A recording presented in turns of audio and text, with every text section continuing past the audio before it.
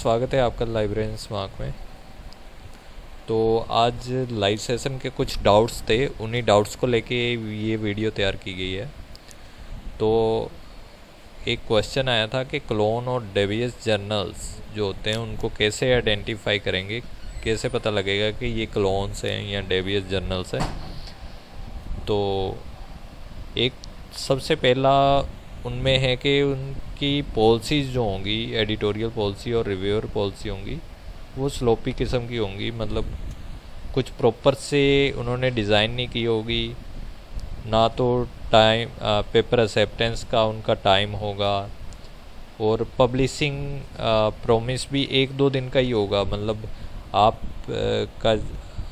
Peer review का claim कर रहे हो और 1-2 दिन में पब्लिशिंग करके भी दे रहे हो, तो उसमें पता लगता है कि वो एडिटोरियल पॉलिसी, रिव्यूअर पॉलिसी एक फेक जर्नल की है। तो कोई भी प्रॉपर प्रोसेस नहीं होगा रिव्यू का, जैसे बताया गया है। अब अगर रिव्यूअर के लिए जाए, पहले तो एडिटर के पास जाएगा आपका पेपर, फिर रिव्यूअर के पास जाएगा, उसमें एक टाइम लगेगा। तो उसमें टाइम स्पेसिफाइड मेंशन नहीं होगा, कुछ रिव्यू मेंशन नहीं होगा। तो उसमें आपका मान लो कि आप कहते हो कि हमारा 10% से ज़्यादा आ रहा है प्लाजरिज्म, या अदर हाई लेवल का प्लाजरिज्म आ रहा है, तो वो कंटेंट भी एक्सेप्ट किया जाएगा। और कई बार तो उसमें आपसे पब्लिकेशन चार्जेस भी मांगे जाएंगे, आपसे ही आर्टिकल मांगा जाएगा, आपसे ही पब्लिकेशन चार्जेस मांगे जाएंगे। एक आर्टिकल पब्लिकेशन चार्जेस होते हैं जिसे एपीसी कहते हैं, वो कुछ रेप्यूटेड जर्नल्स भी मांगते हैं, लेकिन ये बिना क्वालिटी के आपसे डिमांड करेंगे, मनी की हाई मनी की डिमांड करेंगे, और आपको तरह तरह के ऑफ़र देंगे। वो भी हम लास्ट में बात करेंगे कि कौन से ऑफ़र ऐसे जर्नल्स देते हैं। नेक्स्ट हम बात करते हैं कि स्कोप उसका क्लियर नहीं होगा। वो क्लेम कर सकते हैं कि मल्टी डिसिप्लिन कवर करते हैं, लेकिन वो कर नहीं रहे होंगे। एक्चुअली उनका सब्जेक्ट स्पेसिफिक होगा, लेकिन उनका टाइटल जो होगा सब्जेक्ट स्पेसिफिक होगा, लेकिन वो कहेंगे कि मल्टी डिसिप्लिन हम कवर करते हैं। फिर उनका वाइड एरिया, जो सब्जेक्ट्स का वाइड एरिया, वो दिखाएंगे अपने स्कोप में कि हम इसको भी कवर करते हैं, इसको भी कवर करते हैं, इसको भी कवर करते हैं।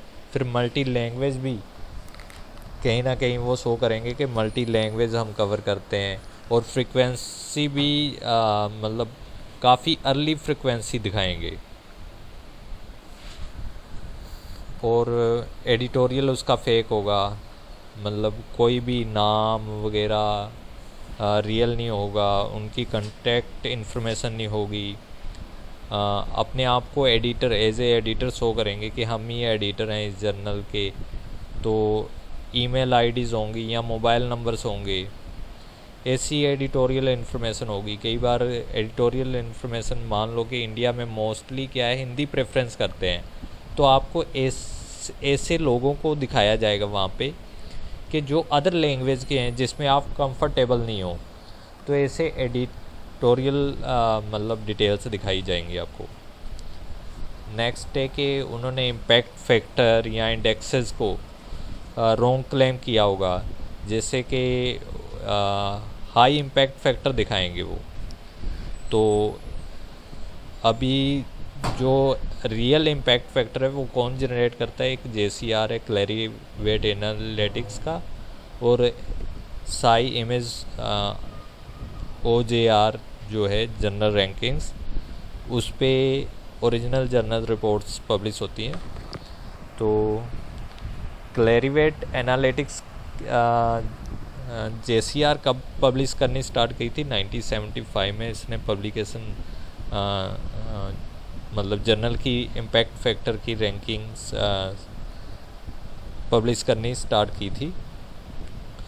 और जो फेक जर्नल्स होंगे वो अलग अलग आपको इंडेक्सिंग दिखाएंगे, जैसे गूगल स्कॉलर, रिसर्चर आईडी पब्लोन्स। अब रिसर्चर आईडी पब्लोन्स कोई जर्नल इम्पैक्ट फैक्टर कैलकुलेट नहीं करती है, ना ही इंडेक्सिंग करती है।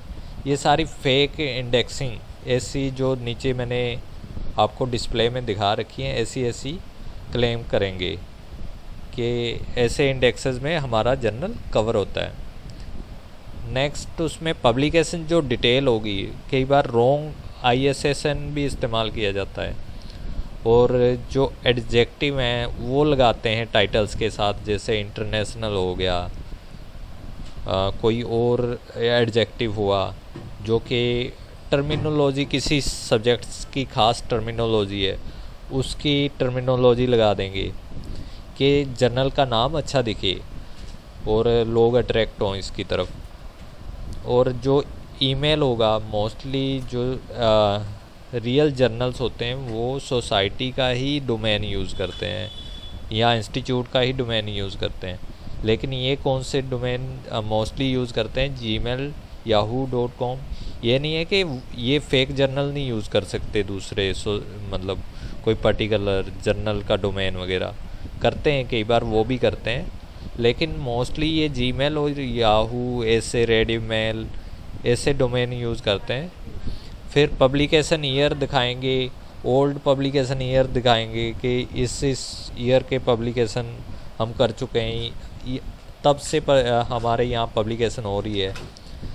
तो फिर एक और पहचान है इनकी, ये आपसे मतलब कोई और पेपर पब्लिश करवाना चाहता है, उसका रेफरेंस मांगेंगे। फिर क्लेम करेंगे कि हम तो UGC केयर लिस्ट में भी हैं, स्कोपस में भी हैं, ऐसे क्लेम्स करेंगे।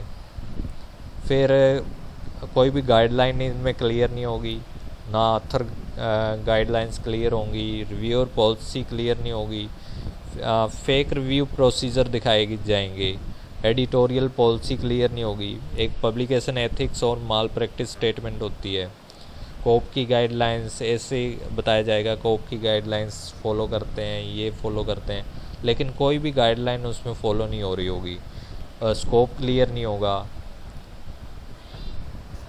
मोस्टली ऑफर्स करेंगे आपको कि सर्टिफिकेट हम प्रोवाइड करेंगे, multiple indexing, Scopus indexing provide करेंगे, पेपर की पब्लिकेशन जल्दी हो जाएगी, डायरेक्ट ऑब्जेक्ट आइडेंटिफायर पेपर के लिए पब्लिश करेंगे, जहाँ से आप पेपर एक्सेस कर पाओगे डायरेक्टली। फिर कई बार थीसिस को बुक में कन्वर्जन करने के लिए भी आपको ऑफ़र करेंगे। फिर आपको बताएंगे कि हमारे जो रिव्यूअर हैं वो वेल नोन इंस्टीट्यूट्स के हैं, और व्हाट्सएप या अनएथोराइज्ड मेथड है, ऐसा मेथड यूज़ करेंगे पेपर कलेक्ट करने के लिए। तो कहाँ से हमें इन लिस्ट्स का पता चल सकता है? तो एक तो पहले बेल्स लिस्ट आती थी जो प्रीडेटरी जर्नल्स और पब्लिशर को लिस्ट करती थी, लेकिन ये 2017 से ये रिमूव कर दी गई थी। उसकी कहीं ना कहीं अभी पड़ी हुई है, bells.net एक वेबसाइट है, उस पर पड़ी हुई है, और एक कैबेल रिपोर्ट निकालता है, उसमें भी जो प्रीडेटरी जर्नल्स हैं वो दिखाए जाते हैं। फिर UGC केयर लिस्ट आप सब जानते हो, वहाँ भी दिखाया जाते हैं। फिर एक क्वेश्चन कईयों के मन में होता है कि मान लो कि स्कोपस ने एक जर्नल डिसकंटिन्यू कर दिया, तो वो लेकिन पहले स्कोपस की लिस्ट में था, लेकिन अब डिसकंटिन्यू कर दिया, तो वो पेपर उनका स्कोपस में ही गिना जाएगा? तो इसका आंसर है हाँ। अगर वो वॉल्यूम और इशू वो स्कोपस में थी, तो वो आगे से डिसकंटिन्यू किया है, तो प्रीवियस उनका पेपर स्कोपस में माना जाएगा।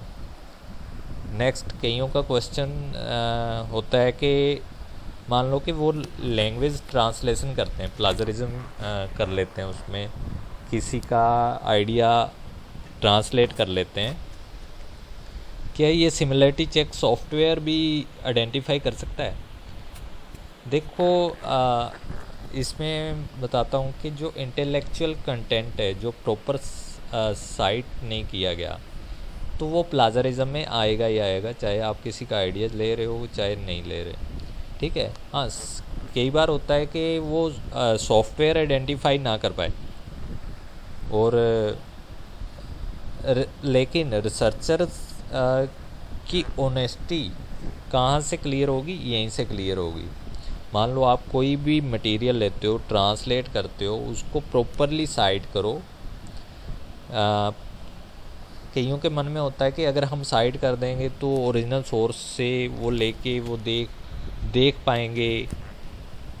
ऐसा नहीं होता है। एक्चुअली क्या होता है कि अगर आप किसी का मटेरियल अपने लैंग्वेज में ट्रांसलेट कर रहे हो तो क्रेडिट उसको प्रॉपरली दो, उसको साइट करो अपने पेपर में, उसे प्रॉपरली कोड करो। ये आपकी एकेडमिक ऑनेस्टी को दिखाता है, ठीक है। ये मतलब ये आपकी ये आपकी कैपेबिलिटी को दिखाएगा कि आप कितने ऑनेस्ट हो अपने वर्क के लिए। तो प्रॉपरली कोड करो, प्रॉपरली आप साइट करो। तो प्लाजरिज्म चेक का मतलब जस्ट इतना ही मतलब है कि आपको कंपेल करना है एकेडमिक ऑनेस्टी के लिए, ताकि आप प्रॉपरली जो ओरिजिनल क्रिएटर है उसको उसका सही क्रेडिट दे पाओ। आपको सज़ा देना प्लाजरिज्म चेक का कोई मकसद नहीं है, लेकिन वो पनिशमेंट क्यों लगाई है कि आप कंपेल हो जाओ, आप थोड़ा सा इस बारे में जागृत हो जाओ कि आपने एकेडमिक ऑनेस्टी यूज़ करनी है, आपने साइट करना है प्रॉपरली। तो अगर हम सही से किसी का आइडिया, कुछ डाउट्स रहते हैं कि software can identify that I stole this idea from others work, कि अगर मैं साइट करूँगा तो सॉफ्टवेयर आइडेंटिफाई कर लेगा कि अब मैंने कहाँ से आइडिया लिया है और कहाँ से लिख रहा हूँ। लेकिन हम अगर प्रॉपरली उसे साइट करते हैं, कोड प्रॉपरली करते हैं, तो ये एकेडमिक इंटीग्रिटी, एकेडमिक ऑनेस्टी को दिखाएगा, ना कि प्लाजरिज्म शो करेगा। और सॉफ्टवेयर अगर प्रॉपरली कोड किया गया है उसको तो प्लाजरिज्म सॉफ्टवेयर उठाते भी नहीं है, अगर प्रॉपरली साइट किया गया है। तो कई बार होता है कि मैं अपनी लैंग्वेज में, मतलब अपनी समझ में लिख पाने के लिए अनेबल हूँ, मतलब मैं अपनी लैंग्वेज में नहीं लिख पा रहा, तो मुझे ऐसे ही कॉपी पेस्ट करना है। तो वो रियलिटी क्या होती है कि आप एक्चुअली उस कंसेप्ट को, उस आइडिया को अंडरस्टैंड नहीं कर पाए। पहला रीज़न ये हो सकता है। सेकंड ये हो सकता है कि आप लेज़ी हो रहे हो, आप कह रहे हो कि नहीं मुझे समझ के नहीं लिखना है, मैं कॉपी करूँगा और पेस्ट कर दूँगा, काम चल जाएगा।